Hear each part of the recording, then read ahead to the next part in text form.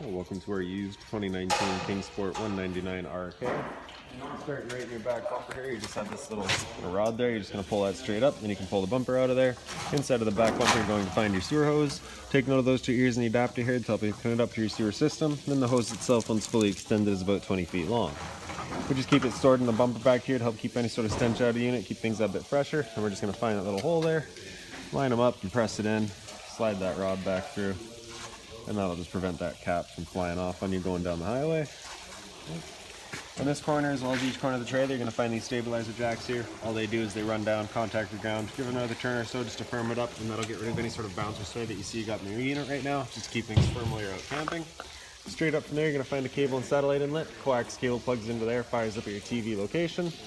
And then a step forward and down underneath the unit, you've got your sewer system. So this cap here, you just kind of give it a press and then turn it off, and it'll pop out of there. It's got the same ears on it that your sewer hose had. It'll attach the same way, just pressing it in and turning it until it's locked in. On the left, you get a black valve. On the right, you get a gray. Gray valve is controlling your gray tank. Gray tank is going to be filled from your sinks as well as your shower. Typically going to be your cleanest water, so we'll dump that last. Black valve is controlling your black tank. Black tank is filling your toilet. Of course, your dirtiest water, so we definitely want to dump that first. Right in front of that, you get two low point drains. The purpose of those is just to drain out the water system. So if you're leaving the unit for a while or getting ready to winterize it, you just want to drain the water all out before doing so. Short cord inlet right here, so it just pops on open. Your cord pops straight on out of there. Standard 30 amp end on it. Most campsites have that for you. You can just plug straight on in and you're good to go. We do also provide you a 15 amp adapter, so if you're looking to plug in at home to charge your batteries or run your fridge, you got the power to do so. City water connection up front here, sorry, your freshwater inlet. So you're just going to unthread that cap there. Water hose plugs into there, turn on the water, and that fills up the freshwater tank. You know that tank is full once it starts spitting water out of that vent there. Right underneath that, you get your city water inlet. Water hose will plug into there, turn on the water, and that'll pressurize the lines throughout the unit. In front from there is your storage compartments here. So you'll get a key, just like this guy here. You can pop that on open. Alright, little finger latch there holds it open for you. In here you'll find your water hose. Inside of the water hose you'll find your park adapter. So your 30 amp cord to there, 15 to a standard outlet. Inside of here you're also going to find this little jack. It just goes into all your stabilizers to run them up and down. It is just straight through storage. Sees right through to the other side. Once you're done, just locking it back down. To the front of the unit here, we get this black box. That is your battery box, so as long as you're plugged into your short cord in the back or your 7-pin to your tow vehicle, that battery will be charging for you. There's also a little solar panel plug-in right there, little 2-prong plug going into there, charges your batteries. Propane tank here, standard 20-pound tank. You're just turning that knob to open it up. In front's the power tongue jack, one way's up, other way's down. Your porch light here does have its own switch on it. You do have another switch inside for it, so we're just leaving that on. Your two exterior speakers here, as well as a fire protected outlet. Vent for your fridge here, nothing really there for you to worry about. It is just venting. Underneath that, we get the exhaust for your furnace. If you're ever in your furnace, just to make sure it's not blocked off, it does get hot. Then right in the back of the unit, get your hot water tank. You get this little keyway there. You're just going to line that up, and then you can pop it on open. All your controls for firing this up with propane are just inside the unit. For firing it up with the electricity, you just got the little switch down on the bottom there. You just turn that on, fires up with electricity. Before turning it on with either source though, you just want to hit this relief valve right there. You should get a shot of water coming out. If you're not getting any water coming out of there, there's a chance that it's empty, so you just want to make sure it's filled up before firing it up. We do have the unit currently winterized, so this is empty right now. Also get your spare tire back here, and straight up from there you find a pre-wired mount for a rear view or observation camera. Now we'll make our way inside of the unit here. Your assist handle just up 90 degrees, and then it'll fall into place. Then you can open up your door. Your door is on a gas strut, so it holds itself at 90 degrees. That is just for the sake of not letting the door open too far and contacting the awning arm. Your step here, you're just going to pull that up and straight out. Then we can step inside.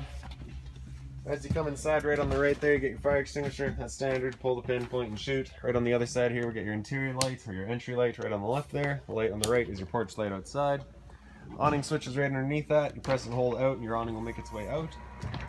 Once that awning's fully extended, we're going to see a little white flap come down, as well as the gray metal tube. Once you see that, you're going to stop. If you're to continue extending, it can actually wind itself up backwards, in which case your fabric would be underneath the tube, allowing it to hold water, accelerating the growth of mold and mildew.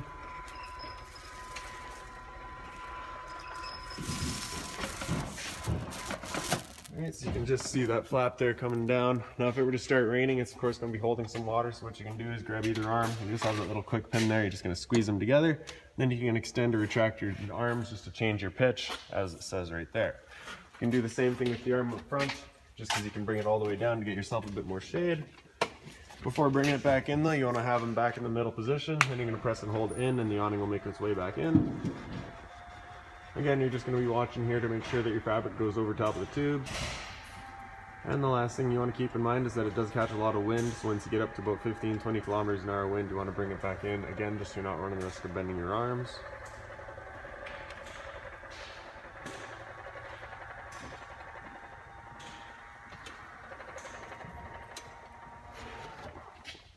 Alright, across the front of the unit, you get a little bit of storage space over on the right side there.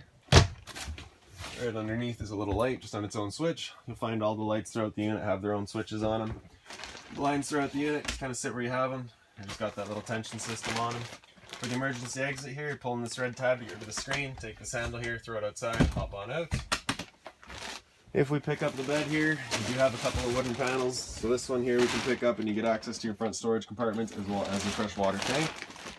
And at your freshwater tank over in this panel here, you see this hole's cut out. That is for access to your freshwater tank drain. You just get the little petcock down there that you just open up and drains itself out. You also have your water pump right back there, so if you're looking to winterize the unit yourself, once it comes time, it's just all back there.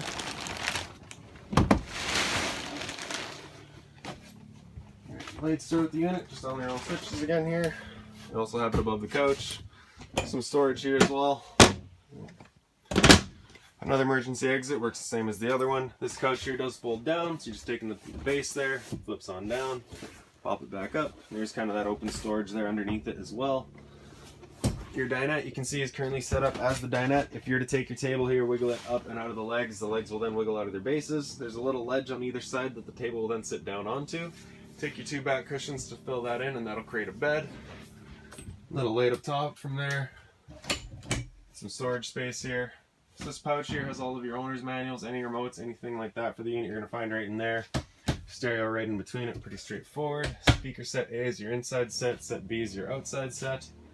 Your air conditioner is right above us here, so you have this 110 control knob on the far side here, so that is just going to be left on cold. You do have, or sorry, you don't have a heat pump installed, so that heat's not going to work. And then on this side here, you get the little black side is going to be just fan, so that's just moving some air around. And then once you get into the blue, that'll give you your cooling. And then like I said earlier, heat does not work here. You have all the louvers inside of it, so you're just kind of choosing where you're shooting your air. Right? Front, back, forward, down. At the end of your dinette here, you got your one LP detector, so propane's heavier than air, sits on the floor. This guy detects it and starts going off just like a smoke detector would. Right around the corner from there is your converter. Press it top and center, it'll pop on open. All of your breakers up the middle here. Whenever a breaker breaks, it sits in the center, so before you reset it, you just want to turn it off and then back on. On the right side there, you get all of your fuses. Whenever a fuse pops, you get a little red LED right beside it letting you know exactly which one went. Big open storage space here. TV space up from there, so all your AV cables are hooked into your radio there, so you can get set surround sound. Smoke detector right up from there. Right in the back, you get your antenna outlet. Turning your antenna on is just that little button there, turns on that light letting you know it is turned on. Cable and satellite outlet above it. Around the corner, we get your thermostats. This is going to be your furnace control. That slider all the way over to the left, that's it turned off. As we move it to the right, you'll hear it click. And that's it then turned on. All right, so all the way over to the right is going to be max heat. Anywhere in the center there is your temp selection.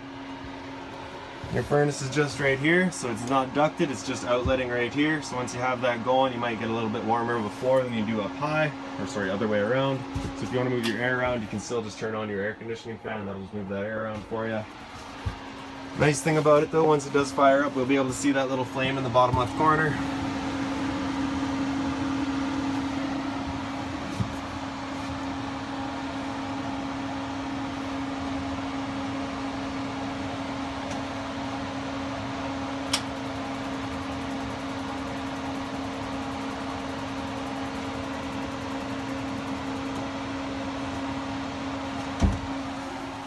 Alright, so while we just let that go, I'll go through the monitor panel here. So get your water pump switch right in the bottom there. Just turn that on, turns on your water pump, drawing out of your fresh tank to pressurize your lines. Up from there, we get your monitor system, so your battery on the bottom there. You press and hold that, you can see your current charge level. So C for charging, G would be good, F is fair, L is low. Your fresh tank, as you fill that up, will go to 1/3, 2/3 and full. Same idea for your black and your gray. Alright, let me just check that again here. No. Alright. So look into that right away here. Once you're done with that furnace, once you're done, you're just going to slide it all the way over to the left and it'll click again, and that's it then turned off. Your fridge is right above your furnace outlet, so you get your power button on the left there. Turn that on with this button on the right here. It's running an auto. Auto is first looking for AC power. If AC power is taken away, it'll automatically flip over to gas. If you're out boondocking and you want it to run just on gas, you're going to have that button come out over flush. It'll fire up just on gas. If that check light there comes on, it's just letting you know it hasn't fired up. At that point, just off, back on to reset it. Freezer up top here, and your fridge down below. Temp selection just up in the top right corner there. In the kitchen, you just get that little light there. Microwave's right up top here, pretty standard, just like home. Down underneath it for your stove, just got that little knob there. You're going to turn that over to high, and then with a lighter.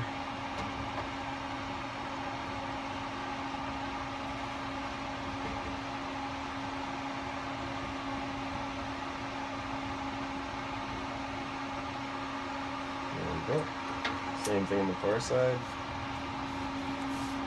So now that we got that going, we'll try the furnace again here.